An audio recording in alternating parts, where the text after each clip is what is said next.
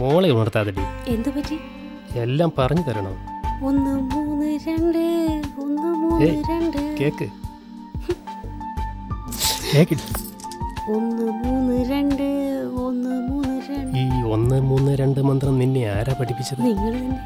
പിന്നെ നിന്റെ ഈ വള, കവിളിന്റെ ചുവപ്പ്, ഇതൊക്കെ എവിടുന്നാ വന്നത്? 1 3 2 ഗുണമുള്ള മന്ത്രമാ. ഈ മന്ത്രം ഞങ്ങൾ ഒരിക്കലും മറക്കില്ല, ആരെന്ത് പറഞ്ഞാലും ശരി.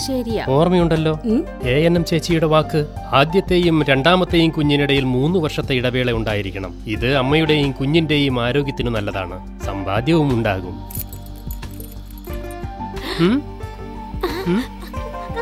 1 3 2 ഗുണമുള്ള മന്ത്രമല്ലേ?